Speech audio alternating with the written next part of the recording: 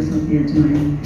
Bapak Ibu yang saya hormati, terima kasih Bapak Ibu sudah semangat, baik guru penggeraknya maupun semua Bapak Ibu guru yang sudah berkenan memenuhi undangan kami. Insya Allah Bapak Ibu, kegiatan seperti ini kita rutinkan ya.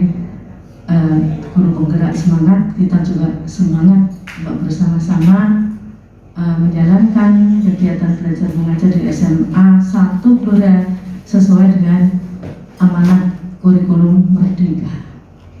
Nah, saya berterima kasih Bapak Ibu sudah berusaha untuk terus meningkatkan jam-jam kosong sudah bisa, insya Allah bisa kita atasi. Bapak Ibu juga melaksanakan tugas wayang mulang-mulang barakawah Bapak Ibu. Semoga Gusti Allah yang mengales kalang wangkum. Bapak Ibu, ini ada satu pesan dari Bapak Kacabdin Bapak Ibu. Besok Rabu itu ada rapat koordinasi terkait dengan RKCM, RKT, RKAS. Mohon tolong untuk ini diselesaikan ya Pak. Pak Joko itu untuk RKCM, RKT nanti berhubungan dengan Bu Yuni Pak. Minta filenya dikirim karena menurut Bu Yuni print out-nya itu dulu dibawa Mbak Agung untuk ditandatangani di KCD, tapi sampai sekarang ini belum dikembalikan. Maka kita print aja lagi, minta filenya dari Bu Yuni ya Pak. Hari Rabu saya bawa Pak, plus RKT itu untuk tahun 2023 mohon ya Pak. Terus Bapak Ibu yang saya hormati, tadi Pak Budi telepon sama saya menyampaikan bahwa tolong SMA Negeri 1 Blora itu bisa menjadi contoh dalam implementasi kurikulum Merdeka. Salah satunya adalah bagaimana guru-guru memanfaatkan platform Merdeka Mengajar Bapak Ibu, termasuk saya.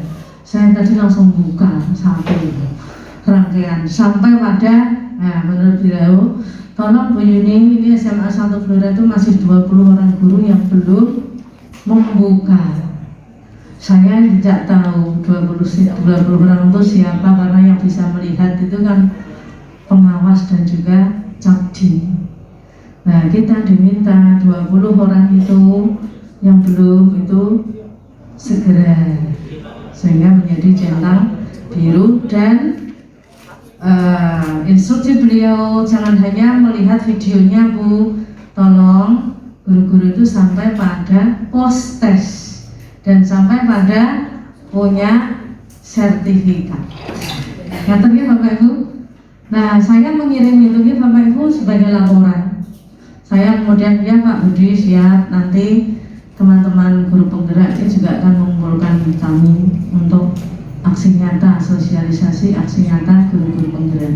Nanti akan kami laksanakan untuk memanfaatkan platform Merdeka Mengajar ya Pak Isli, sehingga yang masih ada 20 orang, ini saya berharap bisa clear. Nanti minta bantuan pada yang mudah-mudahan Bapak Ibu yang menemui kesulitan. Saya menemui kesulitan, saya tanya Bu Diana, Bu gimana Bu? Tanya Bu Yuni, Bu gimana Bu? Diajari sama Bu Diana. Ngaten ya Bapak Ibu, semangat, matur nuwun guru-guru penggerak Bu Dini. Ini pertama Bu Rina ini baru masih hangat dari Jakarta ya Bapak Ibu. Nanti sampaikan sedikit Bu dari Jakarta ya belanja-belanjanya. Ngaten ya Bapak Ibu, selamat melaksanakan sosialisasi. Assalamualaikum warahmatullahi wabarakatuh. Yang terhormat Ibu Kepala SMA Negeri 1 Blora, Ibu Dr. Handayani Nikmati. Yang kami hormati Bapak Ibu pendidik SMA Negeri 1 Blora. Senantiasa marilah kita memanjatkan rasa syukur kita kehadirat Tuhan Yang Maha Esa atas limpahan rahmat, nikmat sehat, nikmat kebahagiaan yang diberikan kepada kita, sehingga kita masih dalam keadaan sehat, tidak kurang suatu apapun. Sebelum kami mendiseminasikan materi tentang CGP, karena Pak Sulis menghendaki untuk membuka platform Merdeka Mengajar, mari Bapak Ibu kita buka dulu platform Merdeka Mengajar kita. Nilai-nilai kebajikan universal dan teori motivasi akan disampaikan oleh Bu Eriana. Dan yang ketiga yaitu hukuman dan penghargaan restitusi akan disampaikan oleh Bu Dini. Yang keempat, keyakinan kelas akan disampaikan oleh Pak Taufan. Yang kelima, kebutuhan dasar manusia dan dunia berkualitas disampaikan oleh Pak Idris. Oh ya, mohon maaf kebalik. Kalau keyakinan kelas Pak Idris, kemudian yang kelima, kebutuhan dasar manusia dan dunia berkualitas akan disampaikan Pak Taufan. Dan restitusi 5 posisi kontrol sebagai seorang guru akan disampaikan Bu Yeti. Dan yang terakhir, segitiga restitusi itu sendiri disampaikan oleh Bu Amin Zulaika. Keterkaitan materi ini saling berhubungan Bapak Ibu. Kalau mungkin kita sering mendengar yang namanya filosofi Ki Hajar Dewantara, itu tidak bisa kita lepaskan sebagai peran kita sebagai seorang guru atau pendidik. Kemudian dalam menjalankan tugas kita sebagai seorang guru, tentunya ada nilai dan peran kita sebagai seorang guru penggerak. Kemudian yang ketiga yaitu visi guru penggerak itu sendiri. Dari kesemuanya itu akan mewujudkan yang namanya budaya positif. Untuk filosofi pemikiran Ki Hajar Dewantara, kita tahu bahwa tujuan pendidikan yaitu menuntun segala kodrat yang ada pada diri anak agar mereka dapat mencapai keselamatan dan kebahagiaan yang setinggi-tingginya, baik sebagai manusia maupun sebagai anggota masyarakat. Kemudian guru diibaratkan sebagai seorang petani yang merawat tanamannya, seperti merawat tanaman padi atau mungkin tanaman jagung. Kita tidak bisa merubah bakat anak, tapi kita hanya bisa menyesuaikan lingkungan, mungkin dari tanahnya, atau kita memberi pupuk, atau kita menyirami, dan lain sebagainya. Jadi bakat anak tidak bisa kita rubah, tapi kita hanya bisa menuntun dan mengarahkan mereka. Karena guru menjadi penuntun muridnya yang selalu mengutamakan dan melayani murid-murid kita. Kemudian ada nilai-nilai dan peran guru penggerak. Nilai-nilai ini yaitu kita sebagai seorang guru tentunya kita harus pembelajaran berpihak kepada murid. Kemudian kita menciptakan suasana mandiri dan kita sebagai seorang guru harus reflektif. Di sini kita harus merefleksikan apa yang kita lakukan. Apakah pembelajaran yang kita lakukan sudah sesuai atau belum? Kita perlu melakukan suatu refleksi demi kemajuan pembelajaran yang kita berikan ke anak dan juga demi anak-anak didik kita. Kemudian nilai guru penggerak yang keempat yaitu kolaboratif. Kita tidak bisa lepas tanpa kerjasama maupun bantuan dari berbagai pihak. Jadi kolaboratif itu merupakan sarana komunikasi yang baik dalam kita menciptakan guru penggerak ataupun suasana dan lingkungan di sekolah. Yang kelima yaitu inovatif. Tentunya sebagai seorang guru harus memiliki inovatif yang baik atau yang tinggi begitu. Kemudian peran guru penggerak di situ ada 5 juga, yaitu menjadi pemimpin pembelajaran, menjadi coach bagi menjadi coach bagi guru lain, kemudian mendorong kolaborasi dan mewujudkan kepemimpinan murid, serta kita menggerakkan komunitas praktisi. Komunitas praktisi seperti ini juga dinamakan komunitas praktisi. Kemudian di NGMP juga bisa bersama Bapak Ibu dalam satu sekolah, juga bisa rekan sejawat satu mapel pun juga termasuk dalam komunitas praktisi. Bapak Ibu yang saya hormati, sebelum masuk ke budaya positif, coba kita membayangkan seandainya kita memiliki barang yang berharga, kita genggam di tangan kita. Kemudian ada teman kita atau guru lain ingin mencoba membuka genggaman itu, mungkin teman kita berbagai cara dia lakukan, mungkin dengan cara membentak, dengan cara menghukum, dengan cara merayu, mungkin dengan cara mengasih tips atau uang kepada kita. Apa yang terjadi? Mungkin Bapak Ibu guru beda-beda ya, ada yang mau membuka dan ada pula yang tidak. Semua itu adalah tergantung dari diri kita masing-masing. Nah, kenyataannya di sini bahwa dalam kegiatan seperti ini yang memegang kendali atau kontrol untuk membuka dan menutup adalah diri kita sendiri. apakah kita mau membuka atau mau menutup adalah diri kita sendiri. Karena di dalam genggaman itu ada suatu benda yang berharga. Kalau kita memiliki kontrol yang positif karena kita saking sayangnya dengan benda itu, otomatis kita tidak mau membuka. Tapi karena mungkin ada rayuan-rayuan yang membuat kita terpengaruh, mungkin bisa saja membuka. Tapi kita perlu ingat bahwa kontrol diri dari diri kita itu sangat menentukan bagaimana kendali kita di masa yang akan datang.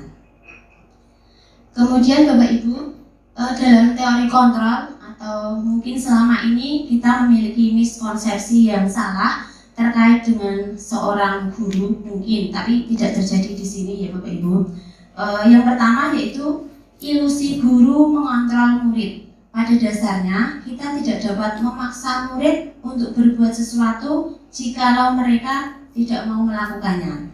Walaupun tampaknya guru sedang mengontrol perilaku murid, hal demikian terjadi karena murid sedang mengizinkan dirinya untuk dikontrol, bahkan terhadap perilaku yang tidak disukai. Nah, berarti guru tersebut adalah mengontrol murid tersebut. Nah, itu miskonsepsi yang kurang pas. Kemudian yang kedua yaitu ilusi bahwa semua penguatan positif, efektif, dan manfaat. Maksudnya di sini bentuk-bentuk kontrol segala usaha untuk mempengaruhi murid agar mengulangi suatu perilaku tertentu adalah suatu usaha untuk mengontrol murid tersebut. Dalam jangka waktu tertentu, mungkin murid tersebut akan menyadarinya dan mencoba untuk menolak bujukan kita, dan bisa jadi murid tersebut menjadi tergantung pada pendapat sang guru tersebut. Kemudian ilusi yang ketiga yaitu kritik membuat orang merasa bersalah dan dapat menguatkan karakter. Menggunakan kritik dan rasa bersalah untuk mengontrol murid menuju pada identitas gagal. Mereka belajar untuk merasa buruk tentang diri mereka. Mereka mengembangkan dialog diri yang negatif. Nah, begitu Bapak Ibu. Kemudian yang terakhir, ilusi bahwa orang dewasa memiliki hak untuk memaksa. Mungkin ini pernah kita lakukan, terutama mungkin saya pernah melakukan, bahwa orang dewasa itu selalu merasa benar dan selalu memaksakan dirinya untuk diterima atau dianggap benar. Hal itu merupakan ilusi-ilusi yang salah, sehingga perlu pembenaran-pembenaran. Kalau mungkin stimulus respon yang kita terima mungkin terkait dengan realita bahwa kebutuhan kita sama, tapi pada dasarnya yang benar adalah realita kebutuhan kita berbeda. Kemudian semua orang melihat hal yang sama, tapi yang benar adalah yang kontrol diri kita adalah setiap orang memiliki gambaran yang berbeda. Dan seterusnya. Kemudian yang terakhir yaitu model berpikir menang dan kalah. Tapi kalau dalam teori kontrol, model berpikir adalah menang-menang. Jadi win-win gitu. Bapak Ibu yang saya hormati, kepada budaya positif, mungkin kalau kita sering mendengar kata disiplin, selalu hubungannya dengan hukuman. Tapi itu tidak selamanya harus seperti itu, ya. Itu merupakan alternatif terakhir yang bisa kita berikan kepada anak didik kita, dan bila perlu kita bisa menghindarinya. Kemudian yang kedua, dalam budaya kita makna kata disiplin menjadi sesuatu yang memaksakan kita harus patuh atau membuat sesuatu yang tidak nyaman. Kemudian dari menurut Ki Hajar Dewantara bahwa syarat utama seorang murid yang baik adalah memiliki disiplin yang kuat. Disiplin ini adalah untuk diri sendiri dan memiliki motivasi internal. Jadi kita tidak memiliki motivasi dari eksternal, maka kita memerlukan pihak lain untuk mendisiplinkan kita, atau motivasi eksternal karena berasal dari orang lain. Yang terakhir dari saya, Bapak Ibu, tujuan disiplin positif yaitu untuk menciptakan anak-anak yang memiliki disiplin diri sehingga mereka bisa berperilaku dengan mengacu pada nilai-nilai kebajikan universal dan memiliki motivasi intrinsik, bukan ekstrinsik. Jadi kalau anak itu disiplin positif, harusnya itu lahir dari dirinya sendiri, bukan karena motivasi eksternal. motivasi eksternal mungkin itu bisa berupa penghargaan atau hukuman atau mungkin reward. Tapi kalau anak itu sadar dengan sepenuhnya disiplin itu adalah untuk dirinya sendiri, motivasi itu lahir dari diri sendiri. Begitu Bapak Ibu yang bisa saya sampaikan tentang disiplin positif. Kemudian mohon maaf Bu Yuni terkait dengan yang kemarin Bintek penulisan artikel, mohon izin Bapak Ibu di sana. Yang terhormat Kepala SMA Negeri 1 Blora dan juga Bapak Ibu pendidik di SMA Negeri 1 Blora, mohon izin hari ini saya melengkapi teman-teman dari calon guru penggerak angkatan 5 Kabupaten Blora ingin menyampaikan beberapa hal terkait dengan apa-apa yang kami pelajari kaitannya dengan disiplin positif. Kemudian Bapak Ibu, untuk saat ini berdasarkan hasil dari pembagian tugas, saya mendapatkan tugas untuk menyampaikan di bagian nilai-nilai kebajikan. Bapak Ibu yang saya hormati, tadi sudah disampaikan di kegiatan pemantik yang disampaikan Bu Rina bahwa pada saat Bapak Ibu diminta untuk menggenggam tangan dan seolah-olah merasakan bahwa di genggaman Bapak Ibu itu sedang menggenggam sesuatu hal yang berharga, yang diyakini oleh Bapak Ibu bahwa yang ada dalam genggaman Bapak Ibu itu patut dipertahankan dan sangat penting untuk kehidupan Bapak Ibu. Meskipun tadi sudah disampaikan bahwa banyaknya godaan atau tawaran, bahkan ada yang menawarkan uang untuk membuka kepalan Bapak Ibu, saya yakin Bapak Ibu akan merespon tetap menggenggam apa-apa yang Bapak Ibu genggam di tangan karena merasa bahwa hal itu sangat berharga dan hal itu sangat penting. Tadi yang disampaikan Bu Rina kaitannya dengan teori kontrol, siapa yang membuka atau mempertahankan genggaman dan barangkali siapa yang mengizinkan membuka genggaman, itu masuk di teori kontrol. Tetapi untuk hal-hal yang dipegang erat oleh Bapak Ibu, itulah yang ingin saya sampaikan, karena apa yang Bapak Ibu pegang adalah sesuatu nilai-nilai kebajikan yang patut dipertahankan dan yang patut kita anggap penting dan harus kita jaga, begitu. Itulah yang dinamakan dengan nilai-nilai kebajikan. Bapak Ibu, untuk nilai-nilai kebajikan yang dimaksud di sini adalah sesuatu yang kita pegang erat dan kita anggap penting. Kaitannya dengan apa yang ada di lingkungan sekolah atau di lingkungan satuan pendidikan, inilah yang sedang kita harapkan dan sedang kita upayakan bahwa segala sesuatu yang dilakukan oleh para murid atau para siswa hendaklah sesuai atau menuju kepada profil pelajar Pancasila. Profil pelajar Pancasila yang dimaksud di sini mencakup 6 bidang. Yang pertama, beriman bertakwa kepada Tuhan Yang Maha Esa dan berakhlak mulia. Kemudian mandiri, bernalar kritis, berkebinekaan global, bergotong royong, dan kreatif. Barangkali kalau misalkan Bapak Ibu pernah mendengarkan lagu Profil Pelajar Pancasila, di situ maknanya sangat mendalam karena ada salah satu baitnya adalah kita bernafas, kita pelajar Pancasila, kita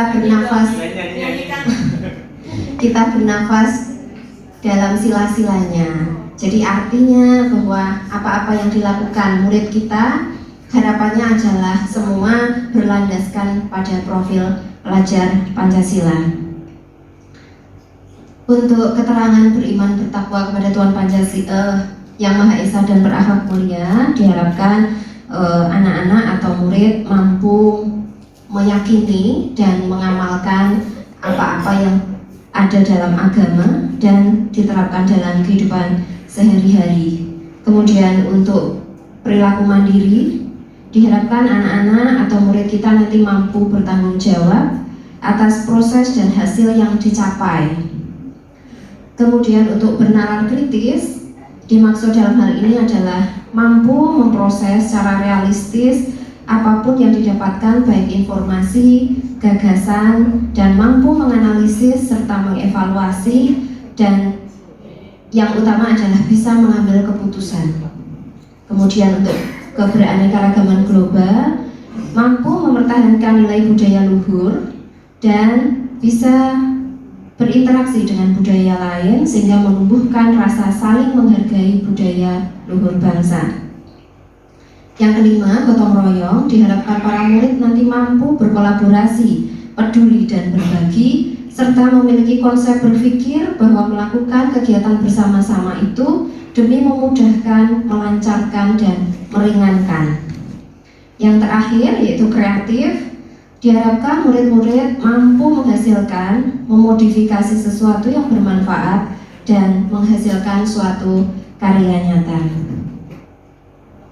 Bapak Ibu, nilai-nilai kebajikan yang kita sebutkan dalam profil pelajar Pancasila ini diharapkan nanti bisa terus kita pupuk, kemudian kita kuatkan kepada murid-murid sehingga apapun yang dilakukan anak dalam sehari-hari seperti lagu tadi bahwa berlandaskan atau bernafaskan sila-silanya.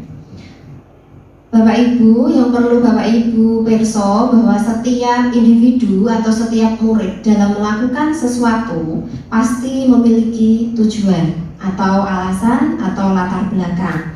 Nah, yang akan kita bahas di sini bahwa menurut teori Goosen menyatakan bahwa motivasi perilaku manusia termasuk diri kita itu dilakukan atau dilandasi oleh 3 hal. Yang pertama yaitu untuk menghindari ketidaknyamanan atau hukuman. Yang dimaksud dalam hal ini adalah perilaku atau perbuatan kita yang kita lakukan hanya untuk menghindari hukuman. Sebagai contoh, barangkali anak-anak berangkat pagi ketika ditanya alasannya adalah takut terlambat atau takut dihukum. Padahal nilai-nilai kebajikannya adalah sebenarnya anak ini sedang membangun rasa tanggung jawab, disiplin, dan menghargai waktu. Tetapi yang tersebut atau yang tersampaikan adalah takut mendapatkan hukuman. Kemudian yang kedua adalah untuk mendapatkan imbalan atau penghargaan orang lain. Ini yang juga masih sering menjadi latar belakang atau alasan ketika seseorang melakukan sesuatu, bahwa betul reward itu memang perlu tetapi tidak selalu dengan penghargaan atau imbalan bisa menyelesaikan atau membangun sesuatu yang positif. Biasanya latar belakang nomor 1 dan 2 ini bersifat eksternal atau dari lingkungan lain. Tetapi untuk yang ketiga yaitu untuk menjadi orang yang mereka inginkan dan menghargai diri sendiri dengan nilai-nilai mereka yang mereka percaya, inilah yang berasal dari dan yang kita inginkan berasal dari faktor internal, karena meyakini bahwa nilai-nilai kebajikan, kemudian prinsip-prinsip, karakter ini sudah tertanam pada diri murid-murid kita. Sebagai contoh tadi, misalkan kenapa berangkat pagi? Karena menghargai waktu, karena ingin disiplin. Nah, berarti apa yang disampaikan itu sudah sesuai dengan poin 3 untuk menjadi orang yang mereka inginkan dengan menghargai diri sendiri dan nilai-nilai yang mereka percaya. Bapak Ibu yang saya hormati, barangkali untuk nilai-nilai kebajikan terkait dengan profil pelajar Pancasila dan teori motivasi saya cukupkan, nanti akan disempurnakan oleh rekan-rekan yang lain karena materi ini satu kesinambungan. Begitu. Terima kasih atas perhatian Bapak Ibu. Mohon maaf atas segala kekurangan. Wassalamualaikum warahmatullahi wabarakatuh.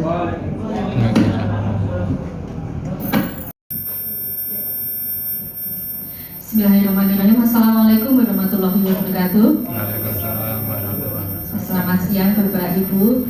Saya meneruskan apa yang tadi telah dibahas oleh Bu Rina dengan Bu Eriana tentang hukuman.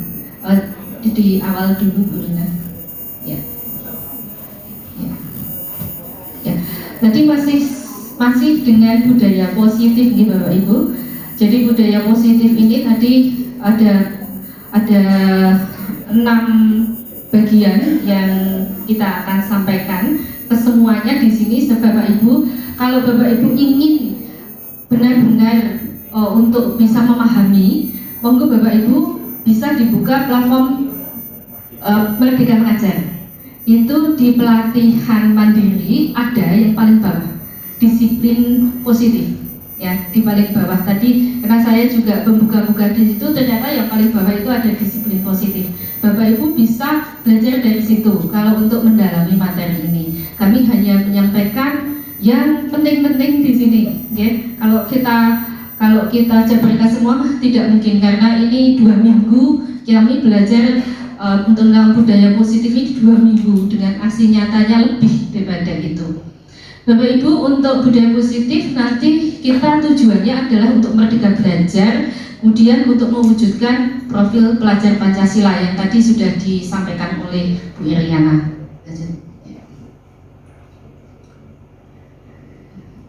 Atas ya, hukuman tadi hukum ya sudah ini. Jadi tujuannya sebagai seorang pendidik tadi ini sudah disampaikan Bu Eriana tentang nilai-nilai kebajikan. Ya, jadi nilai-nilai kebajikan itu supaya ditanamkan oleh Bapak Ibu kepada anak-anak supaya motivasi intrinsiknya itu keluar semua dari anak-anak. Ya, jadi bukan karena Bapak Ibu guru yang memaksakan ada peraturan, ada tata tertib, tetapi itu tidak lama. Anak-anak tidak akan ada satu istilah, ada peraturan pasti untuk dilanggar. Nah, itu yang sering anak-anak ada di dalam pikiran anak-anak. Nah, lanjut Bu. Ya, tadi teori motivasi oleh Husen dari Bu Eriana. Jadi untuk menjadi orang yang mereka inginkan dan menghargai diri sendiri dengan nilai-nilai yang mereka percaya, itu untuk menimbulkan motivasi intrinsiknya. Jadi tidak dengan adanya hukuman atau imbalan atau penghargaan untuk dari orang lain, itu yang ekstrinsik. Lanjut dulu.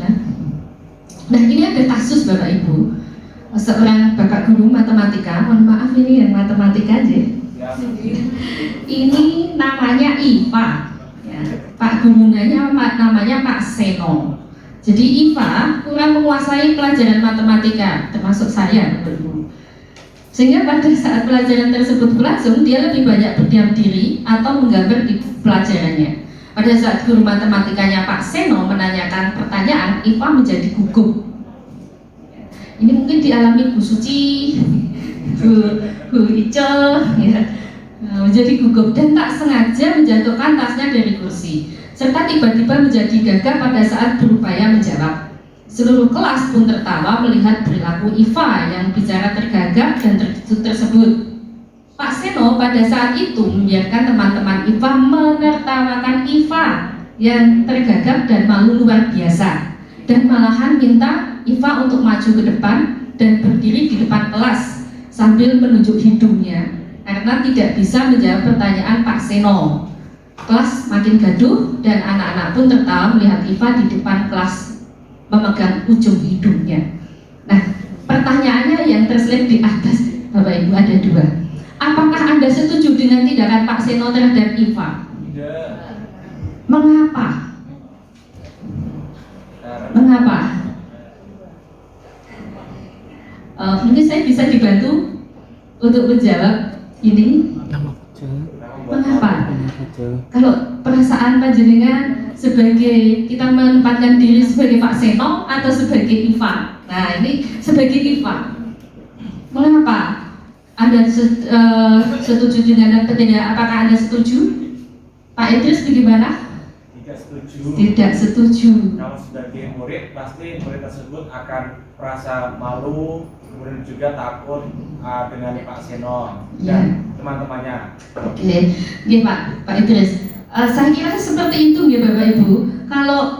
Tapi nanti beda dengan anak-anak yang tanda kutip begitu, itu beda lagi Bapak Ibu. Tapi pada umumnya anak-anak yang tidak tingkat kendablekannya tidak maksimal ini tentunya akan malu Bapak Ibu. Dan menurut Anda apakah tindakan Pak Seno terhadap IVA adalah sebuah hukuman atau konsekuensi? Nah, ini kita mengenal adanya hukuman dan konsekuensi Bapak Ibu. Nah, ini yang nanti saya akan jabarkan lebih lanjut. Lanjut Bu. Ya. Hukuman, konsekuensi, dan restitusi. Jadi tindakan terhadap suatu pelanggaran umumnya berbentuk hukuman atau konsekuensi. Konsekuensi dan hukuman beda. Ada satu lagi adalah restitusi. Nah, ini adalah proses menciptakan kondisi bagi murid untuk memperbaiki kesalahan mereka sehingga mereka bisa kembali pada kelompok mereka dengan karakter yang lebih kuat tadi berdasarkan teori Goosen. Nah, ini nanti jelas di belakang restitusi akan kita jelaskan. Lanjut. Ya. Nah, kata disiplin tanpa tambahan positif ya, di belakangnya sesungguhnya sudah merupakan identitas sukses. Ya, identitas sukses dan hukuman merupakan identitas gagal. Ya, anak ada dua pilihan, gagal atau sukses. Gagal atau sukses. Disiplin yang sudah bermakna positif terbagi dua, yaitu disiplin dalam bentuk konsekuensi dan disiplin dalam bentuk restitusi. Ya, berarti hukuman tidak direkomendasikan. Nah, hukuman, konsekuensi, dan restitusi ini perbedaannya Bapak Ibu. Ya, kalau di nanti platform guru mengajar Merdeka Mengajar itu ada. Jadi hukuman di situ dijadikan identitas gagal, sedangkan yang kolom yang sebelah kanan itu identitas sukses. Ya, jadi hukuman salah satu contohnya nanti Bapak Ibu bisa baca sendiri ya, yang bawah-bawah. Hukuman itu sesuatu yang menyakitkan harus terjadi, menyakitkan harus terjadi pada anak-anak kita. Tapi disiplin itu yang tadi saya atur, yaitu konsekuensi dan restitusi. Jadi kalau konsekuensi itu sesuatu harus terjadi, tapi kalau hukuman sesuatu yang menyakitkan harus terjadi. Dia ada kata-kata menyakitkan. Nah, kemudian kalau restitusi itu merupakan pilihan. Nah, kata yang kita garis bawahi adalah pilihan. Yang restitusi itu pilihan. Nah, kalau konsekuensi harusnya terjadi, tapi kalau hukuman menyakitkan, ditambahi menyakitkan tadi, dan seterusnya. Jadi termasuk tidak nyaman untuk murid. Kalau identitas gagal hukuman itu tidak nyaman untuk murid. Anak untuk jangka waktu yang panjang itu merasa tidak nyaman. Bahkan ada tadi teori dendam pada gurunya. Kemudian tidak nyaman untuk murid, tapi dalam jangka waktu pendek itu yang konsekuensi, sedangkan yang restitusi menguatkan untuk murid dalam jangka waktu yang panjang. Jadi menguatkan yang untuk murid itu dengan kesadaran intrinsiknya tadi. Ini singkat kata begitu. Yang bawah ini banyak sekali. Apa perbedaan antara hukuman, konsekuensi, dan restitusi? Kalau di platform Merdeka Mengajar, nanti Bapak Ibu bisa, ini kasusnya seperti ini, apakah masuk mana? Hukuman, konsekuensi, atau restitusi? Lanjut. Nah, intinya Bapak Ibu, ini disimpulkan bagaimana bandingan antara hukuman dan konsekuensi. Hukuman bersifat tidak terencana atau tiba-tiba. Anak atau murid tidak tahu apa yang akan terjadi dan tidak dilibatkan.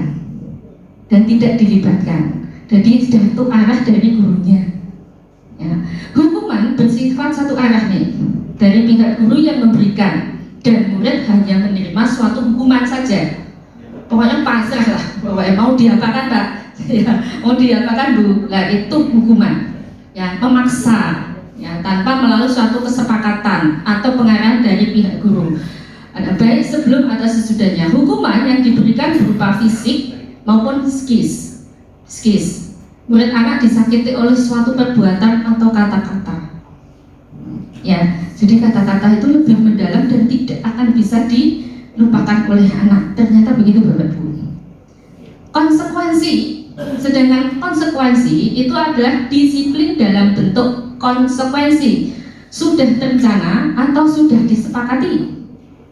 Ya, sudah dibahas dan disetujui oleh murid dengan guru.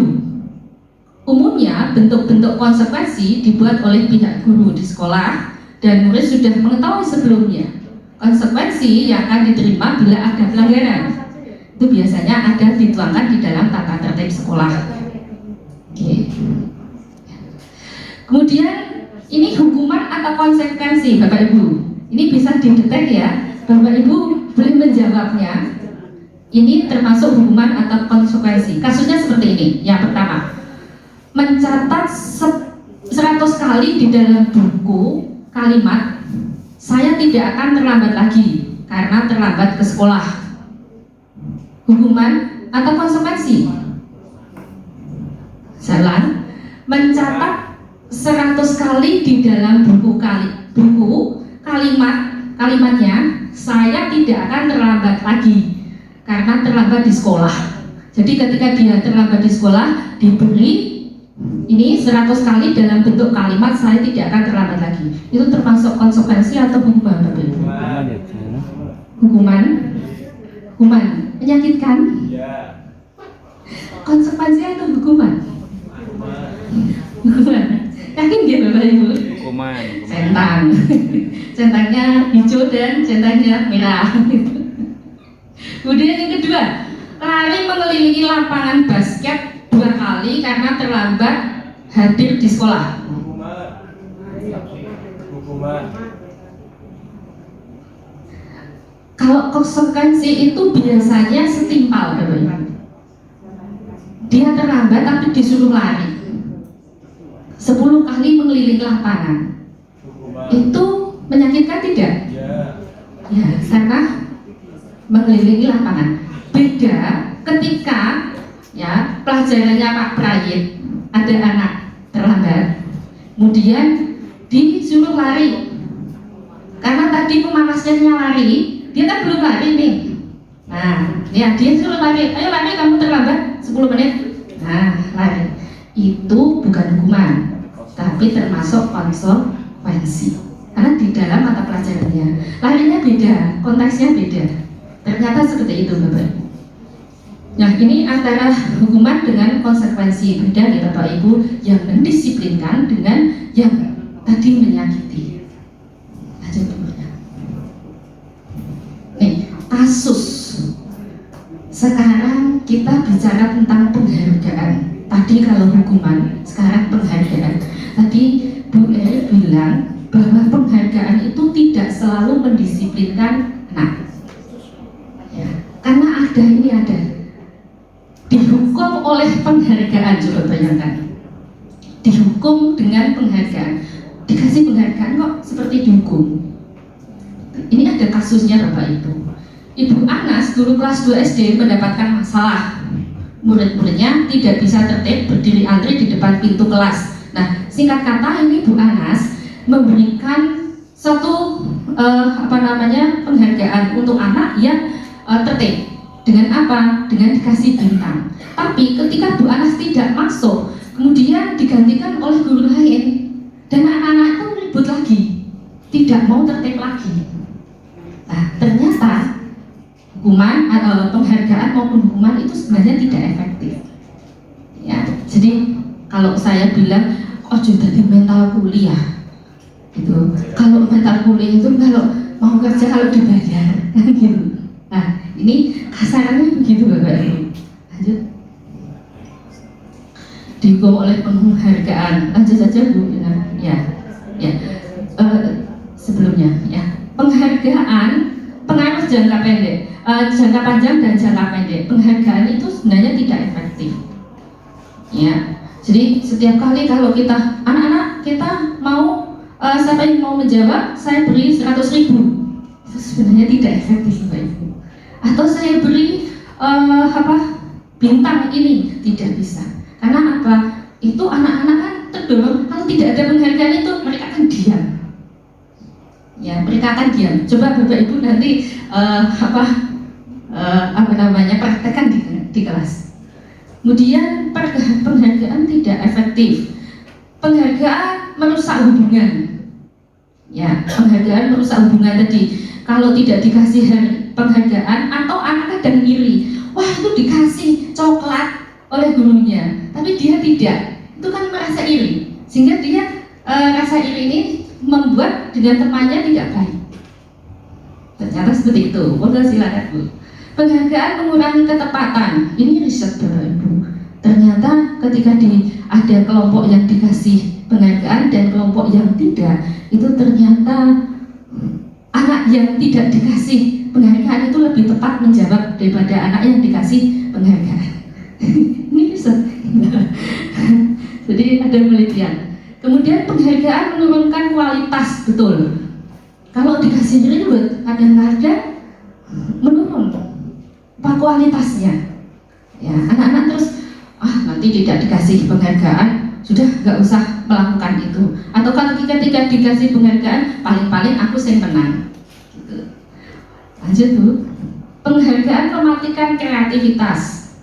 Ya, jadi penghargaan itu juga diidentifikasi sebagai untuk mematikan kreativitas. Kalau tidak dikasih penghargaan berarti tidak kreatif dong. Selanjutnya penghargaan menghukum. Ya, ini saya tertarik dengan kalimat ini. Penghargaan menghukum. Penghargaan menghukum mereka yang tidak mendapatkan penghargaan, termasuk di dalam sistem ranking Bapak Ibu. Ya, seolah-olah yang ranking bawah itu paling bodoh. Dia akan merasakan rendah diri. Ya. Tapi suatu ketika kita tidak pernah tahu bahwa anak yang ranking bawah itu besok lebih sukses bisa jadi. Ya, itu namanya penghargaan menghukum. Kemudian motivasi dari dalam diri, intrinsik. Jadi saat seseorang anak untuk pertama kali menggabungkan huruf-huruf, kata-kata, serta menyadari bahwa ia dapat membaca, itu sebenarnya Bapak itu adalah penghargaan. Jadi proses belajar mereka itu adalah penghargaan. Bukan karena sesuatu, tetapi di dalam diri mereka sendiri secara intrinsik bahwa mereka dalam proses belajar itu suatu penghargaan. Coba kalau Bapak Ibu lihat anak-anak yang menjawab soal Bapak Ibu ketika maju di depan bisa menjawab sendiri tanpa adanya penghargaan. Betapa dilihat jenengan mata mereka akan berbinar, lebih berbinar, merasa puas ketika bisa menjawab pertanyaan dari Bapak Ibu. Nah, itu adalah penghargaan. Yang terakhir restitusi. Mohon maaf Bapak Ibu yang belum maju ya. Restitusi adalah proses menciptakan kondisi bagi murid untuk memperbaiki kesalahan mereka sehingga mereka tidak bisa kembali sehingga mereka bisa kembali pada kelompok mereka dengan karakter yang lebih kuat. Jadi ditawarkan Bapak Ibu. Intinya itu. Ini tulisannya banyak sekali, tapi intinya Bapak Ibu, kalau tadi hukuman dan konsekuensi itu lebih parah hukuman ya. Dan kemudian kalau konsekuensi itu dari gurunya ada di dalam tata tertib, aturan dan seterusnya, anak harus timpal. Kalau melanggar ini maka ini adalah hasilnya. Tapi kalau restitusi tidak. Kalau restitusi itu memberi tawaran kepada anak. Nanti akan dijelaskan lebih lanjut oleh Bu Amin. Ya, praktek segitiga restitusi. Jadi restitusi ini memberi tawaran kepada anak supaya anak bisa menyelesaikan sendiri masalahnya dengan solusi-solusi yang ditawarkan. Boleh Bapak Ibu memberi solusi, tapi biarkan anak yang akan memilih solusi itu. Ya, kemarin itu saya praktekkan beberapa anak mengenal, tapi ya lama Bapak Ibu. Ya, jadi untuk praktek restitusi ini adalah lama banget ya. Jadi perlu proses, apalagi yang karakter anaknya yang sudah sangat kuat, Ya, apalagi anak SMA kelas 12 Bu Rina ya yang pernah kali mereka yang ngajar di kelas 12 itu wah luar biasa. Jadi kalau di karakter itu ngerokok sini gitu ya. Tapi itu yang terjadi. Ya. Intinya Bapak Ibu di restitusi ini ketika kita memberikan tawaran solusi terhadap anak, ya, tawaran solusi itu pada anak diharapkan bisa memilih dan dengan kesadarannya sendiri melakukan nilai-nilai kebajikannya. Nah, tadi nyambung dengan Bu Eri, nilai-nilai kebajikannya.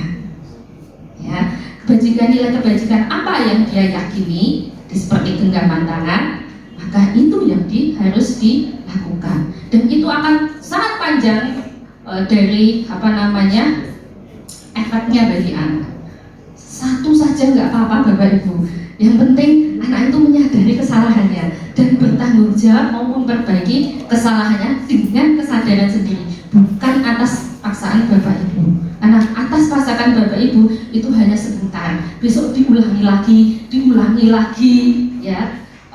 Bapak Ibu guru harus pelayon, harus lari ngejar mereka ketika mereka naik tembok sekolah dan seterusnya. Itu seperti itu. Tapi marilah Bapak Ibu, saya sekali lagi mengajak Bapak Ibu jangan bosan-bosan untuk menangani anak-anak seperti itu. Coba kita praktekkan ini, kita tawarkan seperti ini. Sekedar sharing saja. Ketika saya masuk CGP itu saya tidak tahu sama sekali. Cuma naluri saya ingin nolongin anak. Tapi cara-cara saya ada yang pas, ada yang tidak pas. Nah, yang tidak pas ini mulai saya kurangi, ya. Kemudian cari yang pas. Kemarin saya ngajar di kelas 12 IPS 1 mengeluh terus. Capek ya Bu Lina, capek. Tapi ketika sekarang kita tahu seperti ini, cuma saya tertawa saja. Tapi anak-anak malah terkondisi. Intinya Bapak Ibu, seperti ajaran dari Ki Hajar Dewantoro, filosofi Ki Hajar Dewantoro, anak itu bahagia dan selamat. Bahagia dan selamat. Makanya tidak ada naik kelas, yang tidak ada kriteria yang harus kamu naik kelas, tidak. Nah seperti itu yang kemarin kita dengarkan dari narasumber dari Demak kemarin. Demak atau Gerobokan gitu, itu sebenarnya intinya di sini, nyawanya di sini. Monggo Bapak Ibu, mari kita semuanya dengan hati terbuka, pikiran terbuka, kita harus move on untuk membuat disiplin positif, karena tempat sekolah ini adalah sawah kita, ladang kita. Jadi membuat tempat kita menjadi tempat paling aman dan nyaman untuk anak-anak belajar. Seperti itu. Baik Bapak Ibu, itu yang bisa saya sampaikan. Semoga sedikit banyak bisa bermanfaat buat kita semua. Mohon maaf bila saya ada tutur kata saya yang salah, tutur kata saya yang tidak sengaja menyakiti hati Bapak Ibu. Saya mohon maaf. Dan sekali lagi, marilah kita sebagai guru, sebagai pemimpin pembelajaran untuk selalu mengutamakan anak-anak kita di dalam sekolah ini menjadi sekolah yang aman dan nyaman, membuat mereka bahagia dan terus belajar. Demikian, Assalamualaikum warahmatullahi wabarakatuh.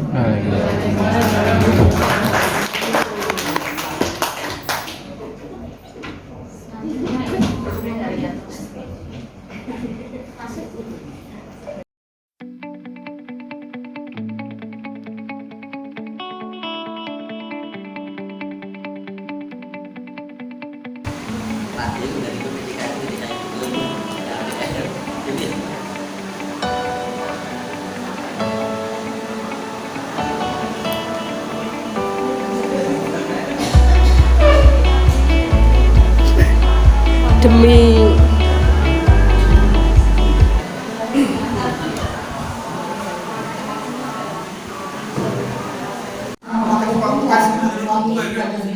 Waalaikumsalam.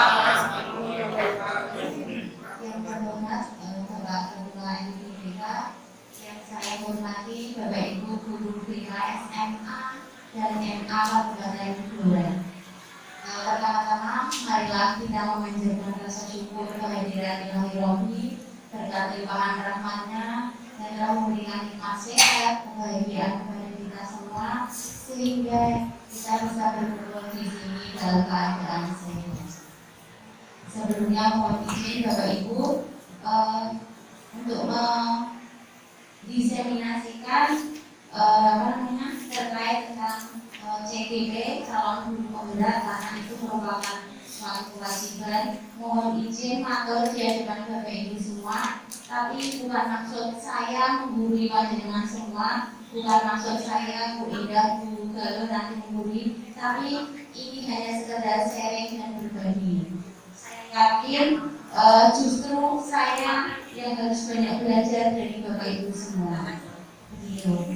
Mohon izin Bapak Ibu waktunya dan kesempatan ini untuk mendiseminasikan materi tentang CGP. Mungkin Bapak Ibu di sekolah sudah banyak, Bapak Ibu di sekolah panjenengan yang sudah mendiseminasikan. Kalau di sini, kalau nanti merasa sama ya memang materinya seperti itu.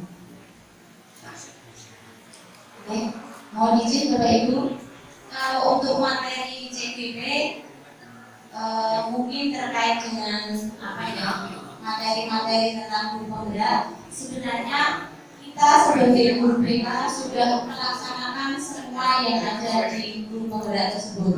Kalau mungkin Bapak Ibu guru mapel memberikan materi, habis itu evaluasi, itu mungkin sudah biasa. Tapi karena kita guru BK, di awal kita selalu memberikan asesmen kepada anak-anak. Ini di guru penggerak ini dan di guru mapel itu adalah hal baru. Jadi ibaratnya guru BK sudah melaksanakan semua yang ada di guru penggerak, ibaratnya seperti itu Bapak Ibu. Untuk asesmen kita juga sudah melakukan asesmen, kemudian pembelajaran berorientasi kepada murid atau berpusat kepada murid sudah kita lakukan dengan asesmen yang kita bagikan, kemudian materi-materi yang kita berikan ke anak-anak sesuai kebutuhan mereka. Kemudian terkait evaluasi kita juga sudah pernah melakukan semuanya. Jadi bagi saya, bagi kami guru penggerak, sebenarnya Bapak Ibu guru BK sudah melaksanakan semua. Begitu.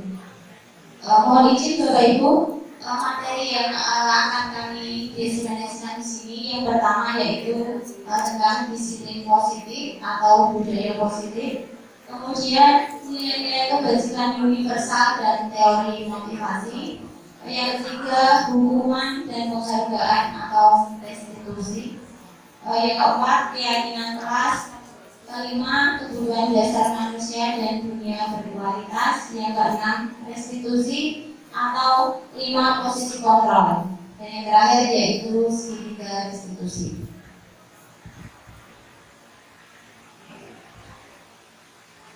Bapak Ibu yang kami hormati, pada kesempatan kali ini mari kita hadir sepenuhnya pada kegiatan ini.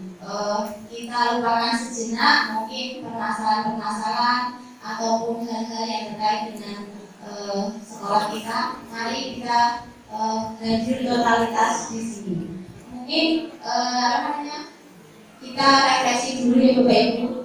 Kalau mungkin tadi habis makan kita kenyang, itu pasti rasanya ngantuk. Mari kita refleksi dulu, mungkin dengan tarik nafas dalam-dalam. Kita pejamkan mata, ya keluarkan. Nah, sekali lagi kita tarik nafas dalam-dalam sampai di dalam hati kita. Tahan sebentar, kita pejamkan mata, jangan tidur, kita lepaskan. Itu Bapak Ibu. Begitu Bapak Ibu. Jadi tidur ya. Langsung Bapak Ibu, karena kita sudah totalitas di sini, keterkaitan antara materi. Kalau kami lihat pada dasarnya CGP IGP ini mengadopsi dari programnya Ki Hajar Dewantara. Jadi filosofi Ki Hajar Dewantara inilah yang dipakai dalam menjalankan guru penggerak. Nah, dari filosofi Ki Hajar Dewantara ini lahirlah yang namanya nilai dan peran guru penggerak. Kemudian setelah ada lahir nilai dan peran guru penggerak, maka akan muncul visi kita sebagai guru penggerak. Dan yang terakhir yaitu budaya positif. Namun untuk materi selanjutnya itu masih banyak dan akan selesai bulan Desember, tapi kami mohon izin sampai budaya positif. Jadi dari budaya positif itu akan lahir yang namanya siswa atau murid profil pelajar Pancasila. Mungkin kita sudah tidak asing lagi profil pelajar Pancasila itu seperti apa. Jadi harapannya nanti murid-murid kita memiliki karakter profil pelajar Pancasila. Untuk filosofi Ki Hajar Dewantara, kita tahu bahwa tujuan pendidikan yaitu menuntut segala kebenaran yang ada pada anak-anak agar mereka dapat mencapai keselamatan dan kebahagiaan yang setinggi-tingginya baik sebagai manusia maupun sebagai anggota masyarakat. Jadi pada dasarnya di sini adalah membuat anak menjadi senang dan bahagia. Ibaratnya akademik boleh, tapi yang utama anak adalah senang dan bahagia dalam mengikuti pembelajaran atau senang dan nyaman di lingkungan sekolah. Kemudian guru diibaratkan seperti seorang petani yang merawat tanamannya dengan sepenuh hati. Murid itu diibaratkan seperti benih-benih tanaman yang dapat tumbuh dengan perawatan kita. Tentunya perawatan kita bisa berupa kasih sayang, cinta kasih, sesuai dengan kodrat alam dan kodrat jenah. Jadi untuk seorang murid harapannya adalah dapat tumbuh sesuai dengan kodrat alam dan kodrat jenah. Kalau kodrat alam kita tahu Bapak Ibu, sekarang ini adalah zaman milenial. Bagaimana anak tumbuh sesuai dengan zamannya, karena zaman milenial bagaimana mereka bisa mensikapi teknologi itu sebagai sesuatu yang positif untuk dirinya. Kemudian kodrat zamannya sekarang yaitu mungkin anak-anak sudah melek digital, jadi harapannya mereka dapat memanfaatkan media digital itu dengan bijaksana. Kemudian guru menjadi penuntut muridnya yang selalu mengutamakan dan melayani muridnya. Ini tugas kita Bapak Ibu, ibaratnya kita seperti seorang pelayan. Tapi di sini bukan pelayan yang bermakna konotasi, tapi kita melayani mereka dengan sepenuh jiwa kita sesuai dengan kebutuhan yang diinginkan oleh murid-murid kita.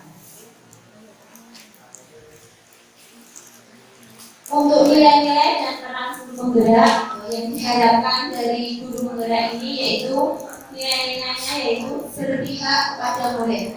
Kita sudah sering melakukan pembelajaran kita yang berpihak kepada murid. Jadi kalau sebagai guru kita tidak ada masalah, ya Bapak Ibu.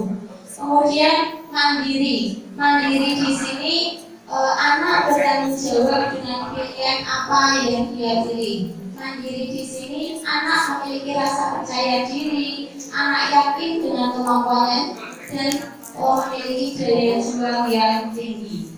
Kemudian reflektif, sebagai guru kita harus bisa merefleksikan apa yang sudah kita lakukan. Sebagai contoh, biasanya kalau saya setelah pembelajaran saya beri evaluasi kepada anak-anak, salah satunya untuk memberikan umpan balik kepada saya. Apakah pembelajarannya sudah sesuai yang diinginkan oleh anak-anak atau belum? Jadi sebagai guru penggerak diharapkan selalu merefleksi dari pengalaman-pengalaman dan pembelajaran. Nilai guru penggerak yang keempat yaitu kolaboratif. Kita sebagai guru BK sudah selalu melaksanakan kolaboratif dengan berbagai pihak, wali murid, wali kelas maupun yang lainnya. Jadi juga tidak ada masalah dengan nilai guru penggerak yang kolaboratif. Kemudian yang terakhir yaitu inovatif. Harapannya kita sebagai seorang guru selalu memiliki pemikiran-pemikiran yang inovatif terhadap hal-hal yang baru dalam dunia pendidikan. Untuk peran guru penggerak di sini juga ada 5, yaitu menjadi pemimpin pembelajaran. Di sini pembelajaran yang diharapkan sesuai dengan kebutuhan anak, sesuai dengan keadaan alam dan zamannya. Kemudian menjadi coach bagi guru lain. Kita bisa menjadi kalau saya bukan pelatih, mungkin berkolaborasi dengan guru lain, saya lebih nyaman seperti itu. Kemudian mendorong kolaborasi seperti tadi dan mewujudkan kepemimpinan murid seperti kepemimpinan murid bagaimana pembelajaran yang sesuai dengan keadaan alam dan zamannya. Yang kelima yaitu menggerakkan komunitas praktisi. Mungkin ini hal baru Bapak Ibu. Kalau komunitas praktisi ibaratnya seperti MPMB ini juga merupakan komunitas praktisi. Kita sudah banyak aktif di sini. Mungkin di sekolah kita juga berkolaborasi dengan komunitas praktisi seperti guru belajar yang di sekolah-sekolah itu juga ada. Kemudian dengan wali murid, wali murid itu juga termasuk komunitas praktisi.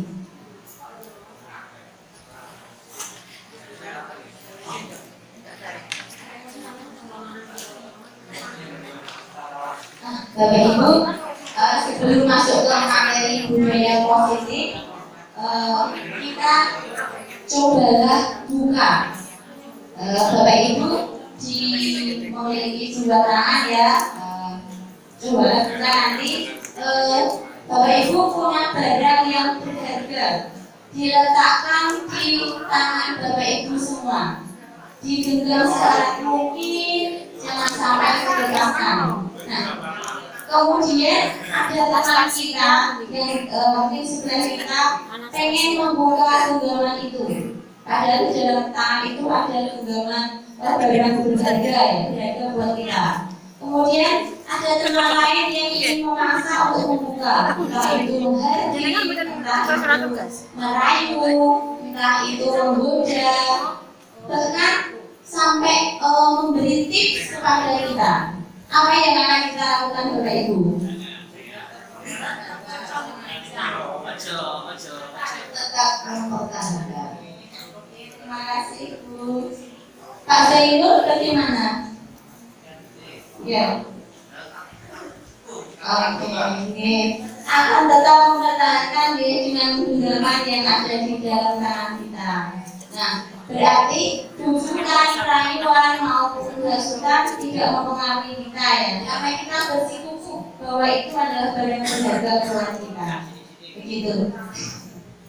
Ya. Berarti bagaimana Bapak Ibu? Kalau menurut Bapak Ibu bagaimana? Oh, tidak. Kalau saya yang meminta, mungkin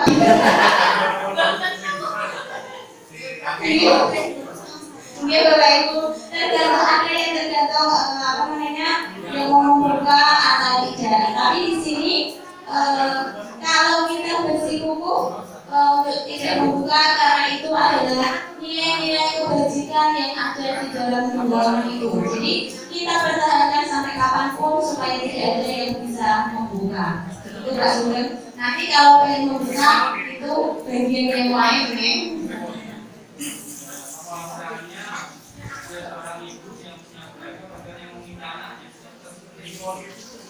Oh itu beda lagi Pak Sugeng. Kalau seperti itu nanti pada fungsi kontrolnya ada fungsi kontrol kasih sayang, fungsi kontrol penghargaan dan sebagainya. Nanti sampai ke sana ya Pak Sugeng.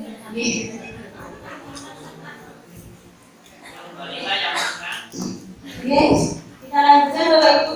Jadi di sini ada miskonsepsi yang mungkin selama ini kita wari, ada yang kurang pas terkait dengan tadi genggaman. Kalau kita menggenggam dengan sepenuh hati, ada yang pengen membuka dan tidak, itu adalah dari fungsi kita sendiri, yaitu sebagai fungsi kontrol. Jadi yang mengendalikan diri kita bukan orang lain, tapi diri kita sendiri yang mengendalikan diri kita. Jadi itu yang dinamakan fungsi kontrol. Kemudian Bapak Ibu, untuk miskonsepsi yang mungkin ini salah dari Dr. William Glasser, ilusi guru mengontrol murid. Mungkin selama ini kita bisa mengontrol murid kita ya, disuruh apa-apa nurut, disuruh mengerjakan apa-apa nurut. Itu merupakan ilusi bahwa kita mengontrol anak didik kita, tapi itu pada dasarnya kurang pas, karena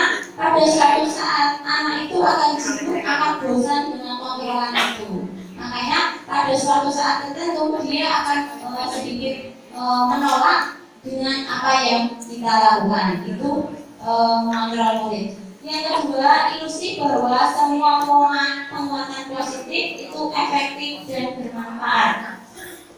Segala usaha untuk memengaruhi murid agar mengurangi suatu perilaku tertentu adalah suatu usaha untuk mengontrol.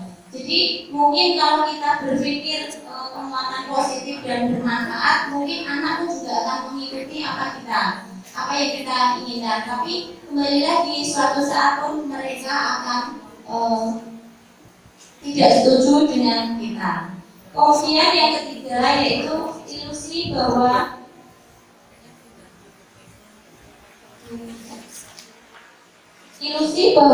kritik akan membuat orang membuat orang merasa bersalah dapat menguatkan karakter. Menggunakan kritik dan rasa bersalah itu mengontrol murid menuju pada identitas gagal.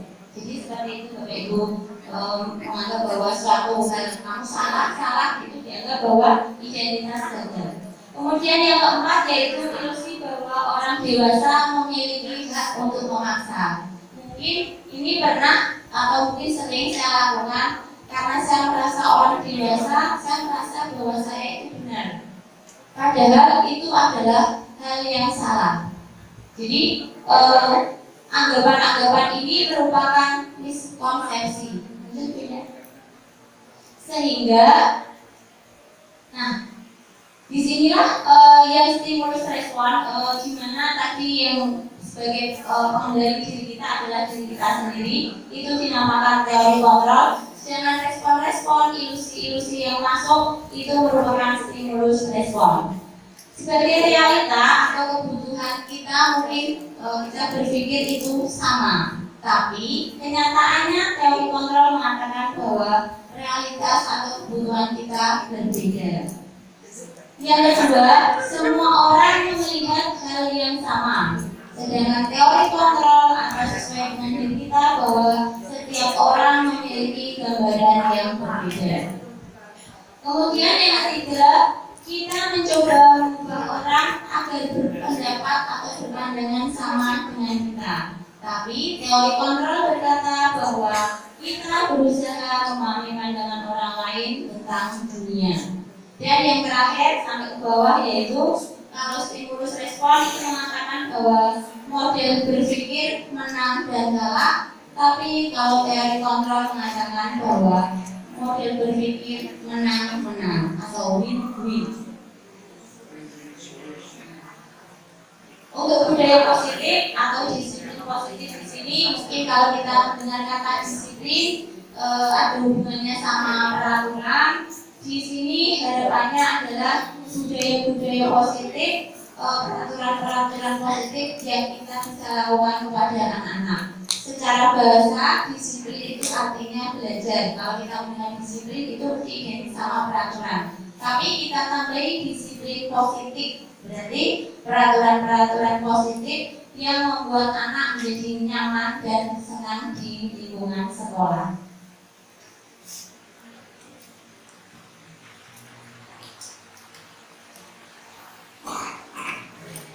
Kemudian Ibu, ya ini pemikiran belajar dewantara yang mengatakan bahwa disiplin itu belajar untuk menjadi seorang murid atau pengikut atau seseorang harus paham betul alasan mengapa mereka mengikuti ajaran tertentu, sehingga motivasi yang terbangun di sini adalah motivasi intrinsik. Maksudnya begini Bapak Ibu, kalau tadi kita mengatakan stimulus respon, anak menuruti apa yang kita minta, anak patuh, anak taat sama kita, itu mungkin ada motivasi eksternal. Yang baik adalah motivasi intrinsik dari diri anak itu sendiri. Jika anak itu berangkat pagi tidak terlambat karena memang itu betul-betul motivasi dari dirinya, bukan motivasi dari orang lain. Dari orang lain itu bisa berupa penghargaan, reward, maupun motivasi maupun dukungan-dukungan yang lain. Jadi kalau kita bisa menerapkan budaya positif yang bisa membuat anak itu menjadi disiplin positif, itu betul-betul dari motivasi dirinya sendiri atau motivasi intrinsik.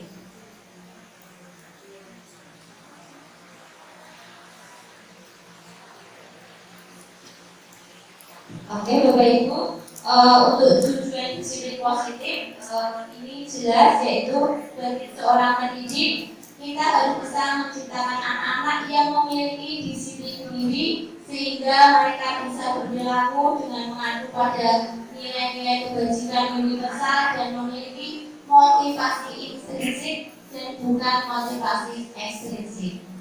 Untuk motivasi intrinsik ini harus bisa kita tanamkan kepada anak didik kita.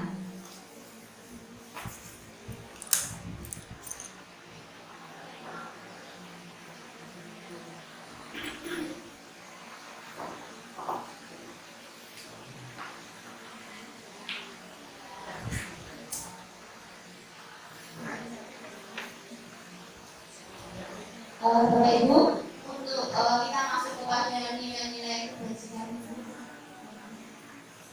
Nilai-nilai kebajikan dari tadi teori kontrol yang kita sebutkan tadi ya, nilai-nilai kebajikan yang muncul atau yang harus kita tanamkan kepada anak didik kita, yaitu tentang profil pelajar Pancasila. Nilai-nilai kebajikan universal. Mungkin Bapak Ibu sudah nggak asing lagi dengan yang namanya nilai-nilai kebajikan universal. Yang pertama yaitu profil pelajar Pancasila beriman dan bertakwa, kepada Tuhan Yang Maha Esa dan berakhlak mulia. Kemudian yang kedua yaitu mandiri, yang ketiga bernalar kritis, dan yang keempat gotong royong, kelima inovatif, dan yang terakhir yaitu berpikir kritis. Boleh dibolak-balik Bapak Ibu. Kemudian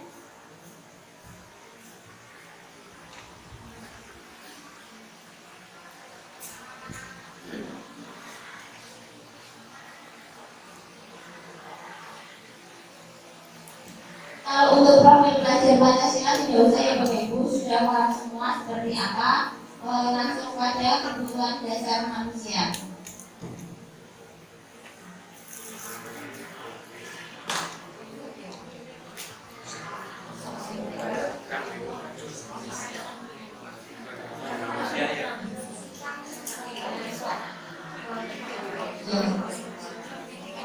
Oke Bapak Ibu, untuk 5 kebutuhan dasar manusia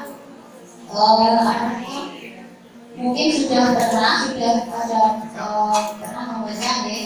Yang pertama yaitu bertahan hidup atau survival. Kemudian kekuasaan, yang ketiga kasih sayang dan rasa diterima, yang keempat kesenangan, dan yang kelima kebebasan. Kita masuk ke contoh soal Bapak Ibu. Kira-kira ini nanti kebutuhan dasarnya apa? Pada Mas Bimo.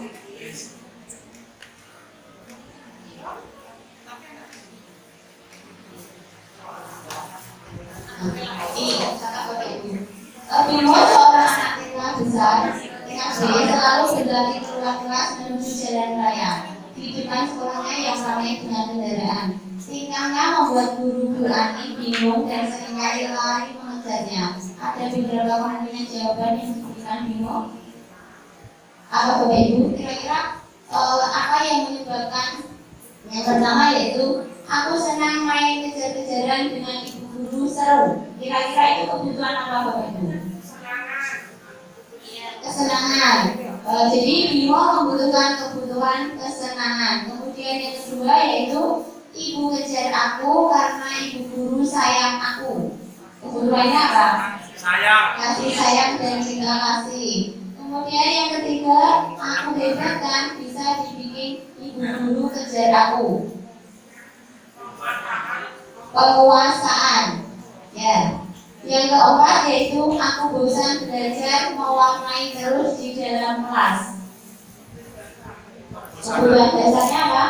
Pengen bebas. Kebebasan. Ya, jadi ada 5 nih Bapak Ibu kebutuhan dasar manusia yang harus dipenuhi, yaitu terkait dengan kebebasan, kemudian penguasaan, kemudian kesenangan, kemudian bertahan hidup, dan yang terakhir yaitu cinta kasih sayang. Gitu.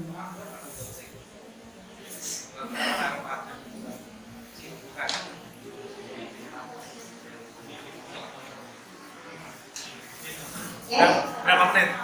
Ini berapa menit Pak? 30 menit. 25. Oke, Bapak Ibu sebelum masuk ke posisi kontrol, kita ice breaking dulu ya. Berapa menit tuh? Ice breaking dulu. Oh, kurang 5 menit.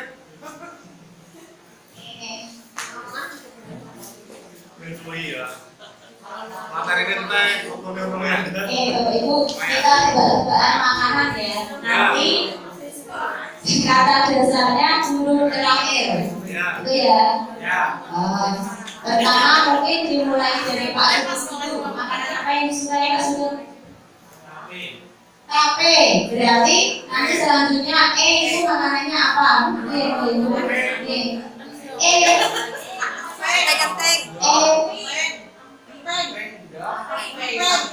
Empeng. Kemudian Pak Yanto apa Pak? Lagi.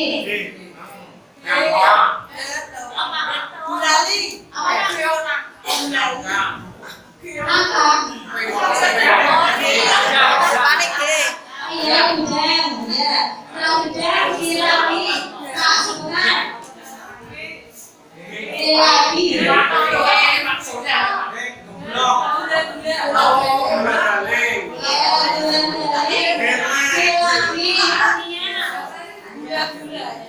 Gula-gula.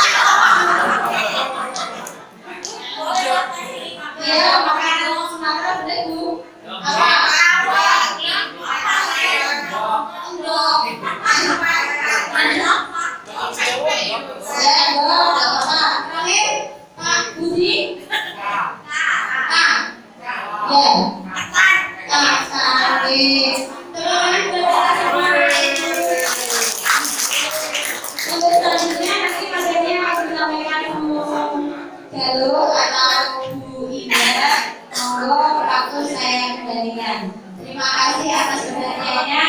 Kurang lebih mohon maaf. Akhir kata, wassalamualaikum warahmatullahi wabarakatuh.